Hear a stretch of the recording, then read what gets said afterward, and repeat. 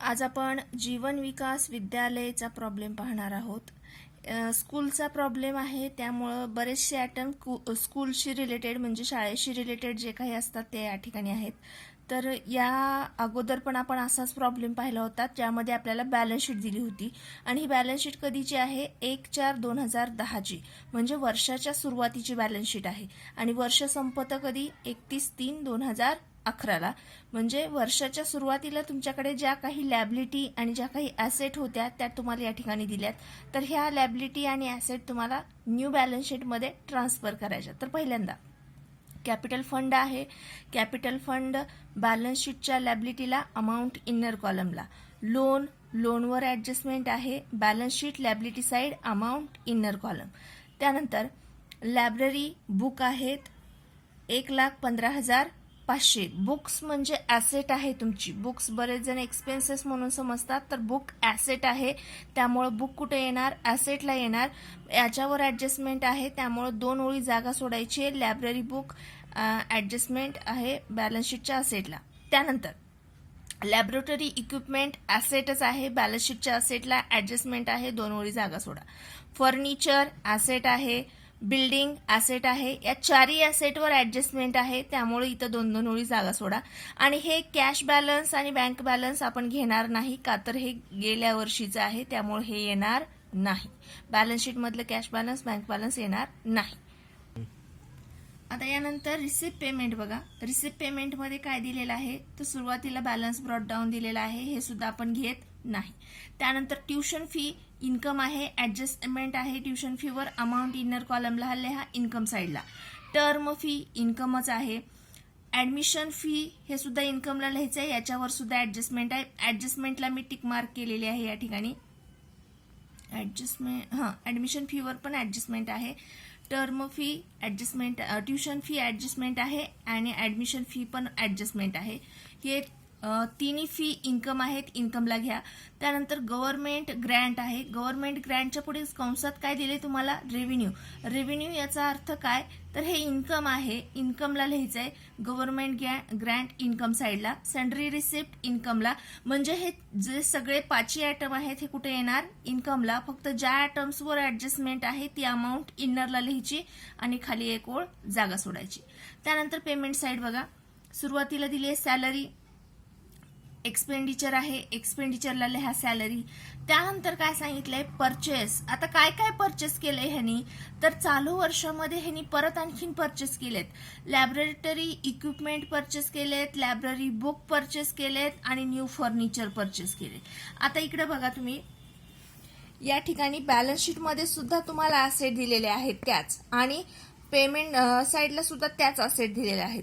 तर काय करायचंय, ह्या सुरुवातीच्या बॅलन्स शीटच्या असेट अगोदर लिहायचे आहेत. जसं की आता समजा बुक आहेत. बुकची अमाऊंट किती आहे? 1,15,500 ही बुकची अमाऊंट आहे. तर हे बुक कुठले आहेत? बॅलन्स शीट मधले बुक आहेत. म्हणजे हे झालं तुमचं ओपनिंग बॅलन्स झालं बुकचं, ठीक आहे. आणि नंतर पेमेंट साईडला या ठिकाणी परचेस केलेत म्हणून सांगितले. नवीन बुक कितीचे परचेस केलेत, तर 50,000चे.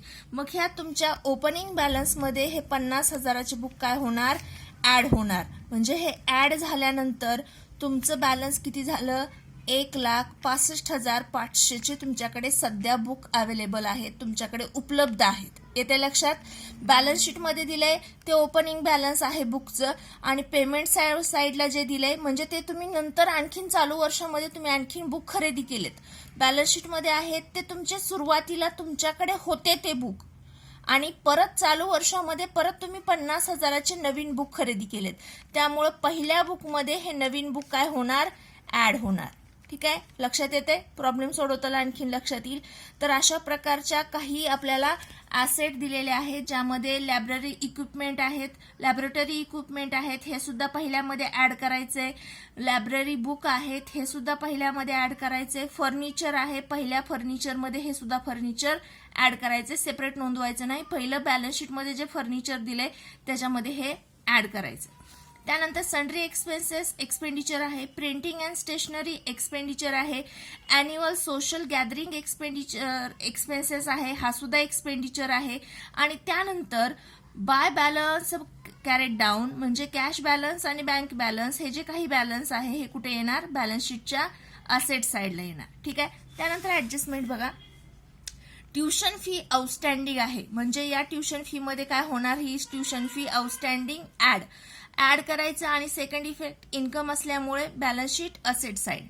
त्यानंतर आउटस्टँडिंग इंटरेस्ट ऑन लोन, आपण बॅलन्स शीटच्या लॅबिलिटीला या ठिकाणी लोन दिले बघा, 5 लाखाचं लोन आहे आणि याच्यावरचा इंटरेस्ट आउटस्टँडिंग सांगितलाय तो किती आहे, 60,000. तो 60,000 इंटरेस्ट त्या लोन मध्ये ऍड करायचा. पहिला इफेक्ट झाला, लोन मध्ये 60,000 इंटरेस्ट ऍड केला. दुसरा इफेक्ट, बँकेकडनं लोन घेतलेला आहे आणि त्याच्यावरचा इंटरेस्ट म्हणजे तुमचा काय असतो, तो एक्सपेंडिचर असतो. त्यामुळे सेकंड इफेक्ट होणार एक्सपेंडिचरला to interest on bank loan. ठीक आहे. त्यानंतर number 3, entire admission fees are to be capitalized म्हणजे ऍडमिशन फीची पूर्ण अमाऊंट, ऍडमिशन फीची अमाऊंट किती आहे, 30,600. ही टोटल ऍडमिशन फीची अमाऊंट कॅपिटलाइज करा. कॅपिटलाइज करा म्हणजे कॅपिटल फंड मध्ये ऍड करा. ऍडमिशन फीची जेवढी काही अमाऊंट आहे ती सगळी कॅपिटल फंड मध्ये नोंदवायची. त्यानंतर चौथी ऍडजस्टमेंट बघा, डिप्रिसिएशन सांगितले, खालील ऍसेटवर डिप्रिसिएशन सांगितले. बुक्सवर 50,000चं डिप्रिसिएशन आहे, इक्विपमेंटवर 20,000चं, फर्निचरवर 30,000चं आणि बिल्डिंगवर 30,000चं. मग डिप्रिसिएशनचं काय करतो आपण, तर डिप्रिसिएशनची अमाऊंट त्या ऍसेटमधनं लेस केली जाते. आता फॉर एक्झाम्पल आपण इथं बुकचं एक्झाम्पल पाहिलं होतं बघा, बॅलन्स शीटला आपल्याकडे सुरुवातीला बुक किती होत्या, 1,15,500च्या बुक होत्या. नवीन आपण परचेस केल्या 50,000च्या. टोटल बुक सध्या आपल्याकडे किती झाल्या होत्या, 1,65,500च्या टोटल बुक आपल्याकडे या ठिकाणी उपलब्ध होत्या. तर त्यावर डिप्रिसिएशन किती सांगितले तुम्हाला, 50,000चं डिप्रिसिएशन सांगितले. मग हे डिप्रिसिएशन काय होणार, लेस. डिप्रिसिएशन लेस होणार, लेस करून अमाऊंट किती राहिली तुमची, 1,15,500 ही अमाऊंट कुठे येणार, आउटरला येणार. आणि हे 50,000चं डिप्रिसिएशन एक्सपेंडिचरला नोंदवायचे. डिप्रिसिएशनची अमाऊंट एक्सपेंडिचरला येणार का, तर तो लॉस आहे. ठीक आहे. तर असा हा आपला. आता आपण याचं सोल्युशन पाहूया. तर बघा, पहिल्यांदा ट्रान्सफर करताना आपल्याला बॅलन्स शीट ट्रान्सफर करायची. मग त्यातली लॅबिलिटी साईड अगोदर ट्रान्सफर करा, नंतर ऍसेट साईड ट्रान्सफर करा आणि त्यानंतर रिसिप्ट पेमेंट ट्रान्सफर करा. तर ज्यावर ऍडजस्टमेंट आहे तेवढी अमाऊंट फक्त इनरला लिहायची. तर सुरुवातीला लॅबिलिटी साईड ट्रान्सफर करूया. कॅपिटल फंड, या ठिकाणी कॅपिटल फंड घेतलाय 4,99,100 इनरला घेतलाय कारण त्याच्यावर ऍडजस्टमेंट आहे. त्यानंतर लोन बघा, 5 लाखाचं लोन आहे, याच्यावर सुद्धा ऍडजस्टमेंट आहे म्हणून अमाऊंट इनरला घेतली आहे. त्याच्यानंतर लायब्ररी बुक्स आहेत बघा, या ठिकाणी लायब्ररी बुक्स मी घेतलेत इनरला, 1,15,500चे ऍसेट आहे. त्यानंतर लॅबोरेटरी इक्विपमेंट 1,25,000ची ही सुद्धा ऍसेट आहे, ऍडजस्टमेंट असल्यामुळे अमाऊंट इनरला. फर्निचर 1,10,000चं आहे, ऍसेट आहे, अमाऊंट इनरला घेतली, ऍडजस्टमेंट आहे. त्यानंतर बिल्डिंगवर सुद्धा ऍडजस्टमेंट आहे 6,25,000ची. ठीक आहे. आणि हिथलं कॅश बॅलन्स आपण घेत नाही. ठीक आहे. त्यानंतर रिसिप्ट पेमेंट बघा, आता रिसिप्ट पेमेंटचा सुरुवातीचा आयटम, आता हिथली सुद्धा कॅश आपण घेत नाही. त्यानंतर सुरुवातीचा आयटम कुठला आहे, ट्युशन फी आहे. ट्युशन फी इन्कम आहे बघा, या ठिकाणी मी इन्कमला घेतले ट्युशन फी किती आहे, 3,67,500 ऍडजस्टमेंट आहे, अमाऊंट इनरला घेतली आहे. त्यानंतर टर्म फी इन्कम आहे 35,000चं. त्यानंतर तुमचं ऍडमिशन फी आहे. आता या ठिकाणी मी direct admission fee capital fund मध्ये ऍड केली. एकतर तुम्ही direct admission fee capital fund मध्ये ऍड करा किंवा या ठिकाणी लिहून परत लेस कॅपिटलाइज केलं तरी चालतंय, कारण इथे ऍडमिशन फीवर ऍडजस्टमेंट होती की entire admission fees are to be capitalized म्हणजे ऍडमिशन फी टोटली काय करा, कॅपिटलाइज करा. मग इथं लिहून परत इथं लिहिण्यापेक्षा डायरेक्ट मी कॅपिटल फंड मध्ये इथे ऍड केलेली आहे. Admission fee 30,600. ठीक आहे. त्यानंतर गव्हर्नमेंट ग्रँट आहे इन्कम आहे, इन्कमला घेतले 3,50,000. त्यानंतर सन्ड्री रिसिप्ट इन्कमच आहे, इन्कमला 1,300. त्यानंतर पेमेंट साईड बघा, सॅलरी. सॅलरी काय आहे? एक्सपेंडिचर आहे, एक्सपेंडिचरला घेतली सॅलरी 6,25,200. त्याच्यानंतर परचेसेस केलेत बघा, आपण काही ॲसेट परचेसेस केल्यात. ह्या ॲसेट या ठिकाणी मी परचेस केलेल्या ॲड केल्यात मगाशी सांगितल्याप्रमाणे. बुकमध्ये नवीन बुक परचेस केलेत 50,000चे. लॅबरटरी इक्विपमेंटमध्ये न्यू इक्विपमेंट परचेस केलेत 10,000चे. फर्निचरमध्ये न्यू फर्निचर परचेस केले 20,000चं. हे सगळं जे काही न्यू आहे हे काय करायचे तुम्हाला? ॲड करायचे. आणि ॲड करून टोटल इनरलाच लिहायचे, का तर यावर तुम्हाला डिप्रिसिएशन चार्ज करायचे. तर जी काही टोटल असेल ती टोटल इनरलाच लिहा. ठीक आहे. इथं बुकची टोटल आली 1,65,500. त्यानंतर इक्विपमेंटची टोटल किती येणार? 1,35,000. इनरलाच लिहिले, ॲडजस्टमेंट आहे. आणि फर्निचरची टोटल आली 1,30,000 इनरलाच, का तर याच्या सगळ्यावर ॲडजस्टमेंट आहे, ते आपल्याला सोडवायचे. त्याच्यानंतर सन्ड्री एक्सपेंडिचर आहे, प्रिंटिंग अँड स्टेशनरी एक्सपेंडिचर आहे, annual social gathering expenses expenditure आहे. हे तिन्ही एक्सपेंडिचर या ठिकाणी घेतलेत. Sundry expenditure, printing and stationery expenditure आहे, ॲन्युअल सोशल गॅदरिंग एक्सपेन्सेस आहे. त्यानंतर बॅलन्स कॅरेट डाऊन. आता हे बॅलन्स कॅरेट डाऊन कुठे येणार? बॅलन्स शीटच्या असेटला येणार. तुमच्या cash balance, bank balance total आउटरला घेतली आहे 39,000. कॅश बॅलन्स 4,000 आणि बँक बॅलन्स 35,000, टोटल 39,000. ठीक आहे. तर आता ॲडजस्टमेंट बघा. First adjustment, tuition fees outstanding ₹13,500. 13,500 tuition fee outstanding आहे. आउटस्टँडिंग म्हटलं का पहिला इफेक्ट काय होणार?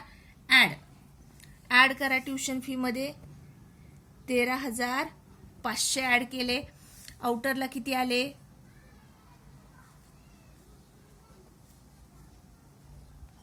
3,81,000. ठीक आहे. आउटरला आले 3,81,000. आता यानंतर या इन्कम आउटस्टँडिंग आहे. हे ट्युशन फी म्हणजे इन्कम आहे आणि इन्कम आउटस्टँडिंग असेल तर याचा सेकंड इफेक्ट कुठं होणार? ॲसेट साईडला. Outstanding tuition fee 13,500. Outstanding tuition fee 13,500. त्यानंतर दुसरी ॲडजस्टमेंट बघा, आउटस्टँडिंग इंटरेस्ट ऑन लोन. लोनवरचा इंटरेस्ट आउटस्टँडिंग आहे 60,000चं. तर काय करायचं? लोनमध्ये ॲड इंटरेस्ट किती आहे आउटस्टँडिंग? 60,000. मग आता टोटल लोन किती झालं? पहिलं 5 लाख होते आणि 60,000चा इंटरेस्ट म्हणजे टोटल लोन झालं 5,60,000चं टोटल लोन झालं. ठीक आहे. आता हा इंटरेस्ट तुमचा एक्सपेन्सेस आहे, एक्सपेंडिचर आहे, त्यामुळे एक्सपेंडिचरला येणार to interest on loan amount 60,000. Expenses आहे का तर तुम्हाला हे पैसे द्यावे लागणार आहेत बँकेला, त्यामुळं एक्सपेंडिचरला इंटरेस्ट ऑन लोन अमाऊंट 60,000. त्यानंतर number 3, entire admission fees are to be capitalised. मगाशी सांगितल्याप्रमाणे ॲडमिशन फीची टोटल अमाऊंट कॅपिटल फंडमध्ये ॲड करायची आहे. या ठिकाणी कॅपिटल फंड होता 4,99,100. त्याच्यामध्ये ॲडमिशन फी ॲड केली 30,600.